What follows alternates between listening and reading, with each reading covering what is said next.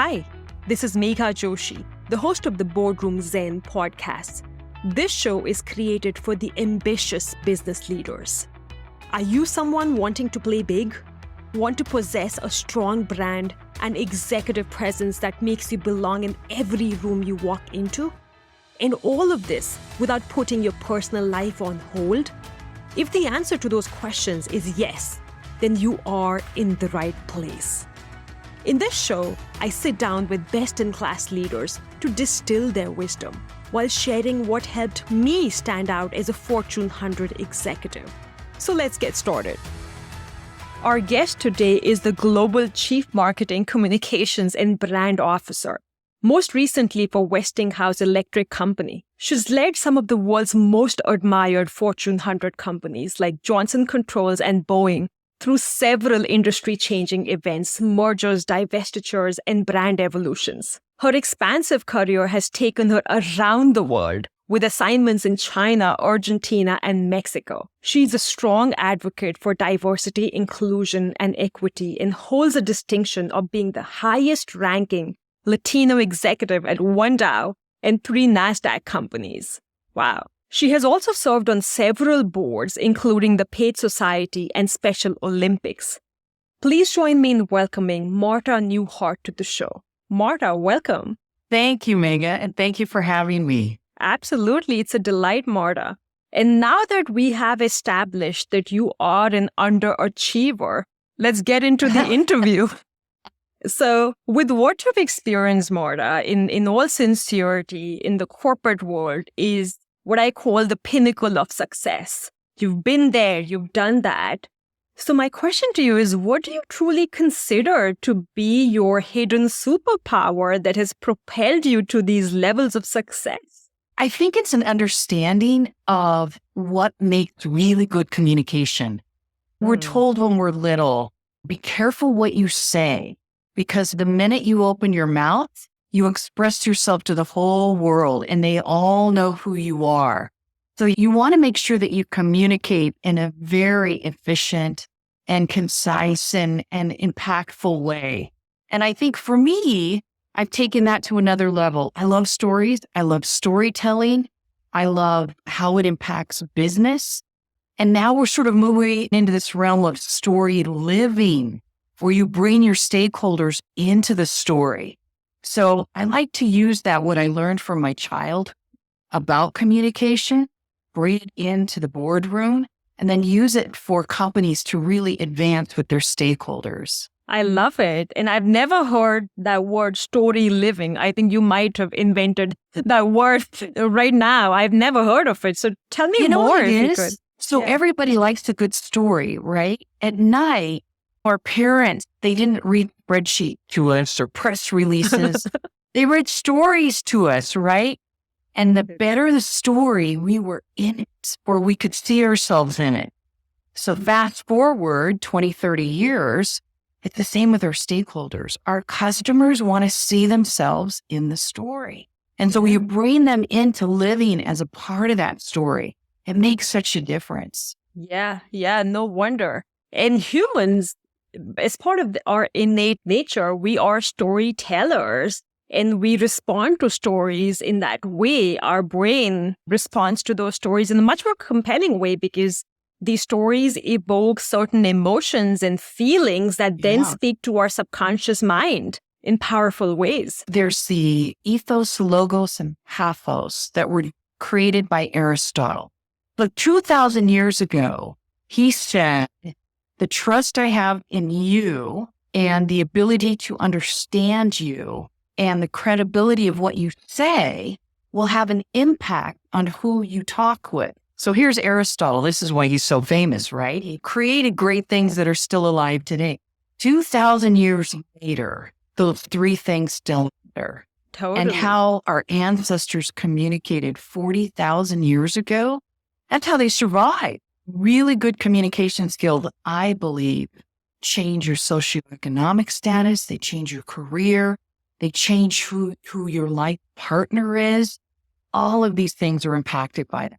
And clearly, last several years, we, not just technologically, but in every which way, the whole world is going through this reinvention, if you will, right? We are all pausing and reevaluating in the context of leadership. What does effective leadership look like? And so I'm curious to hear your thoughts on this evolution and if at all in any way it has changed the way you show up and the way you lead. If there's a silver lining to the pandemic, it made us think more humanely about everybody around us, leaders included. So it made us think more about what do our employees really need and what do they want and what do they need from us? What value are we providing to them? And so I think really good leadership evolves over time, and we also learn from the people that we lead. And you've got to be able to ask the questions and really understand the heart. Hearts change minds. And we've got to really lead from the heart now. This is a real core competency. And I think the leaders who do it well, and I'm sure 3 or 4 come to mind for you right away. Yes. So hearts change minds. And so leaders who can connect with your heart, what you really need, what you want, what makes you loyal, that's really good leadership today. And so it's evolved. Anything that we were doing before 2020, there's parts of that that are still relevant today. But I think probably 80% of it we threw out the window. Yeah. Because our employees have evolved, the world has evolved, and what's needed has evolved. Yeah, no wonder. And this idea of heart-led leaders is emerging. Mm-hmm. And I have seen that evolution across the teams I've worked with in the corporate ecosystem and beyond, is that people want to truly engage with their leaders in a whole different way. It's no longer a top-down approach that employees appreciate. They want to truly see the human in the leaders that they are being led by, and they truly need to feel the confidence and have that trust in their leadership. And it's not just the conventional way of follow the leader, if you will. Mm-hmm. Right? Mm-hmm. So the times they have to believe in the person to follow them. And I think you use the operative word, trust. Mm-hmm. Trust is the foundation of every relationship we have with our life's partners, with our families, with our neighbors, with our communities, with our employees. If we don't trust each other, we're not going to get very far. Mm-hmm. And they have to be able to trust us. And so I think that's a really important word as we think about businesses growing and expanding and the whole geopolitical environment and the corporate risks we're navigating. Trust is at the core of all of it. Yeah. And that is incredibly powerful, Marta. I'm just wondering, from your lens, you've worked in so many organizations and across so many high-powered roles. How have you as a leader inspired trust amongst the people that you've led? What were some of the small but mighty things you could have done in establish that trust in you? Well, one of the things that comes easy to me because I love what I do is I have passion for my work. I am really passionate about doing well at communications and marketing. And I think because of that, sometimes that can feel a little contagious. And people have told me they like that. You really love what you do. And I think in a world where we could choose to do anything or be anything and all of those things, finding something that we're passionate about is not always easy. And I speak often to university groups and younger people, and they say, well, the best advice I've ever gotten is do what I'm passionate about, which is true, but first you got to pay the rent. And so sometimes passion doesn't pay the rent, right? But you can get to a point in your life where it does. And so I think having that really does inspire people. Because I think about the leaders that I've worked for that have really inspired me. They loved what they did. And it was contagious. Yeah. And when you truly love what you do, I think you don't even have to communicate that in words. People feel that energy. People feel that presence. Mm-hmm. It's just there. It's so evident. And so I'm curious, how did you end up figuring out your own passion? You know, it's funny. I didn't realize it until when I was about 17. I was interviewing for jobs and I would always get them. And I thought, what is it that I'm getting the jobs and my other friends at school aren't? What is it? I wasn't the smartest person in the room. I wasn't. I didn't have the best grades.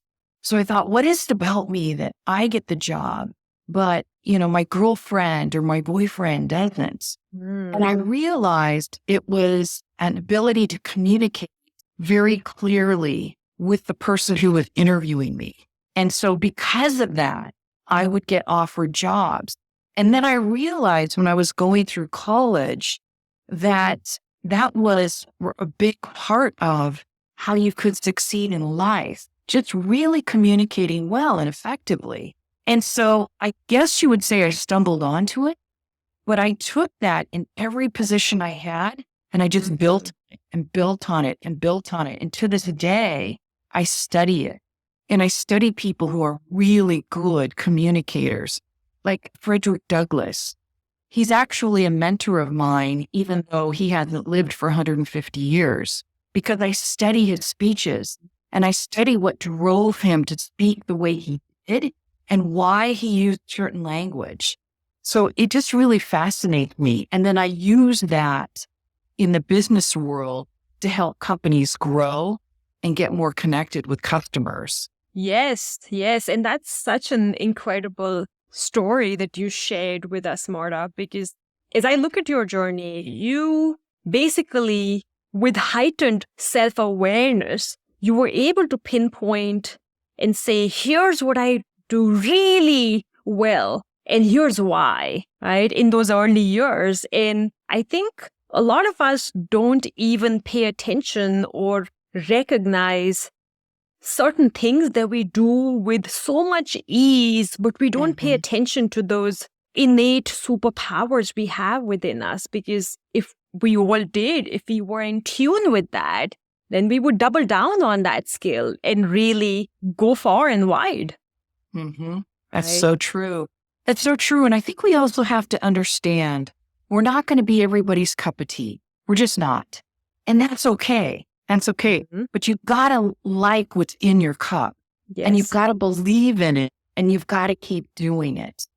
And so I think if you recognize this position that you're not going to be everybody's cup of tea and life isn't fair, all of that's okay. It's all okay. You just have to follow your own path.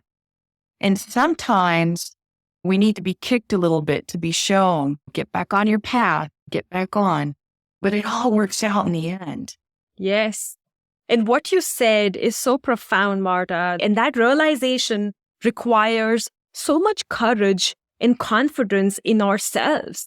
If I look back at my early years growing up in India, in a society where women, they might get education, but there was a different expectation from women compared to men. For me growing up, my mother was highly educated. She had a master's and she worked at the Supreme Court in India. But after I was born, she gave up on her career and just resorted to the fact that she was going to be a housewife. Now, obviously, she didn't last too long. I lost her when I was 7 to a heart attack. But with that environment, I came to recognize that I was different, that I didn't want to fit into the mold of the society, that I wanted to do bigger, better things. I was ambitious and I wanted to even sort of rebel against what was expected of me in the society. So I think it's those early years that also shape us in such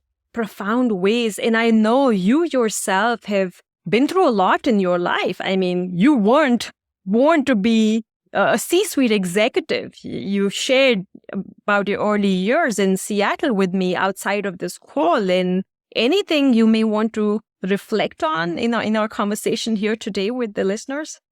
Well, I do want to go back to something you said, because your story about your mother is incredible.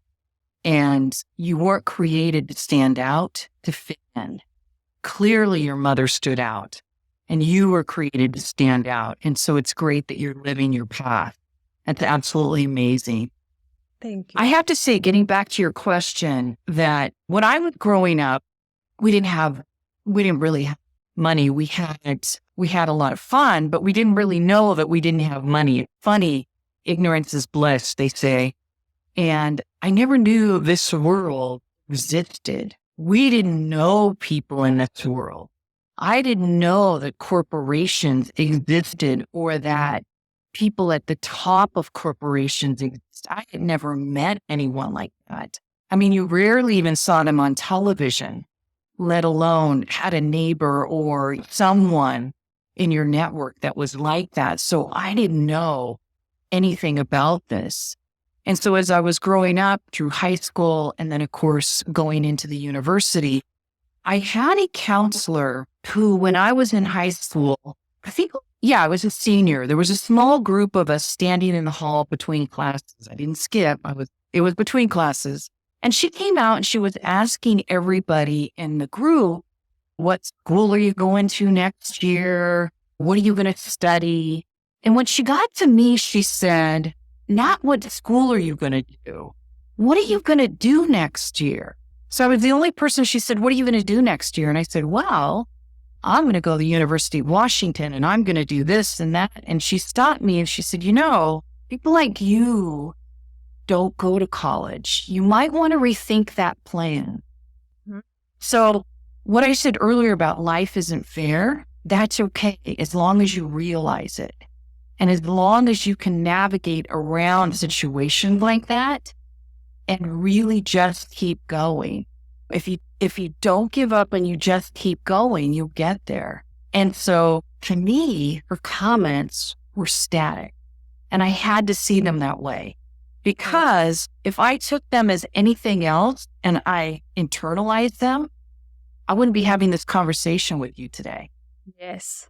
Yeah. And oh my gosh, that's such an epic example you shared with me today, Marta. And I have to say that it's those game-changing moments, incredibly tough moments, by the way, that we have in our life. Yeah. They fuel the fire in us. Yeah. And it's a real important way to look at it because we can get absorbed by that and let it pull us down. Or to your point, fuel. And if you see it as fuel, it's going to benefit you. Yeah, very much so. And so switching gears, I would say across the boardroom, not just in America, but around the world, the lack of diversity is quite evident. And I'm just interested in hearing, as a woman and a person of color, I know you've had the unique opportunity to be in the C-suite, to serve on so many boards. In fact, I was reading up about you. You were nominated by the mayors of Long Beach, California and Boulder, Colorado to serve on the city's economic development councils. And so you've been there and you know what it's like to be in those positions of power. And so how were you able to cultivate that confidence and presence that put you in that position, especially as a minority? I think a lot of companies still don't realize, and a lot of boards don't realize the strength in difference. It's interesting because organizations that I've run, people say, well, are you looking for a number two that's like you? And my answer is no, because I already have me. So I don't want a replica of that. I want something different, something that will add to the strength of the team. And I think when companies look at diversity that way, because it's more than diversity of thought, it's the diversity of how you operate, what brings you to the table. Your experiences as you are growing up are completely different than mine. And so your strengths are going to be different, but together it's going to be a lot more strength. And I think when companies start to look at diversity that way, they start adding people to their leadership teams and to their boards that can really help them be stronger. Because think about how leadership teams and boards were 20, 30 years ago. Some people would say, well, just a few years ago. But let's give them the benefit of the doubt, right? 20 or 30 years ago. They were all like-minded people at the table. Yeah. All like-minded people. It didn't help companies. In fact, it actually hurt them. And so I think as we move into this realm where different is its strength, That's where we're really going to see more growth in companies. We're going to see more diversity. And we're going to also see more customers who really want to be a partner with us because they can see that value. And that's the operative word, is value, because you're going to add more value to whoever your stakeholders are. And I think your ability to communicate your personal value, that's everything.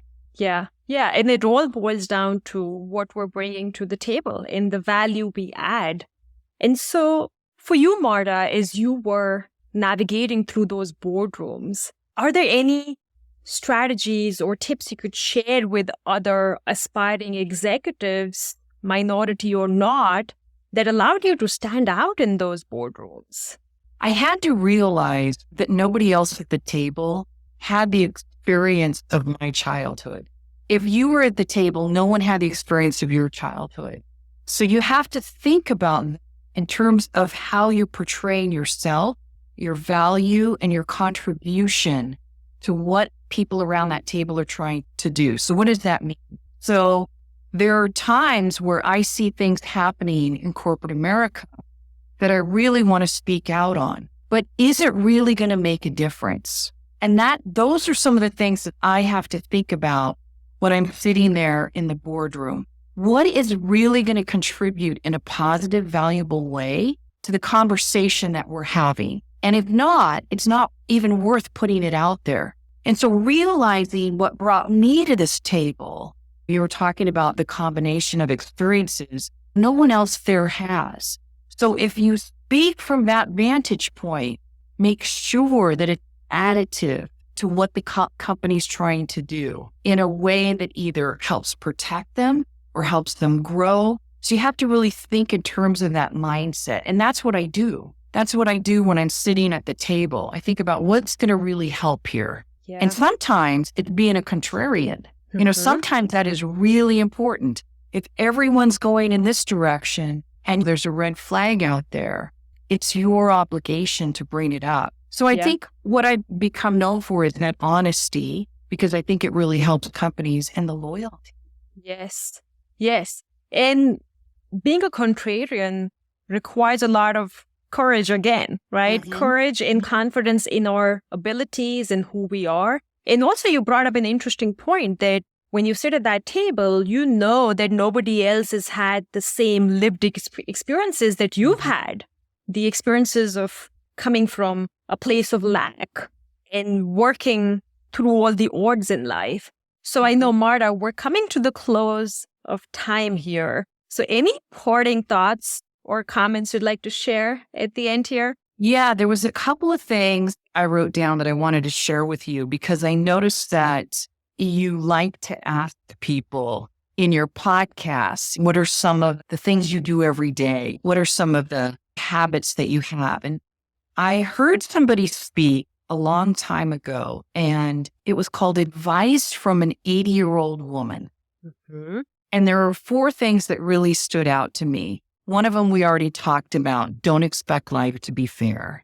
Choose your life's mate carefully. From this one decision will create 90% of your joy or 90% of your agony. And then 80% of your success in any job is the ability to get along with people. 80% is your ability to get along with people. I believe you. Yeah. And that's emotional intelligence as well. Exactly. And then the last one that really stood out to me is never deprive someone of hope. It may be all they have. Wow. So Marta, I just want to say it's been a delight having you on the show. And thank you so much for making time. I know you are a busy lady and I appreciate you. I really do. Thank you, Mega. I really enjoyed the conversation. It was a lot of fun. Thank you.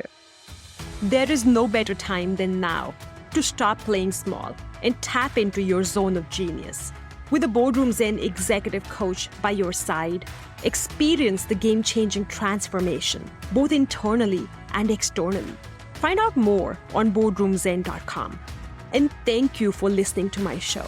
It means so much to me. I'd love for you to subscribe and leave a review on your favorite listening platform. More power to you, and hope to see you soon.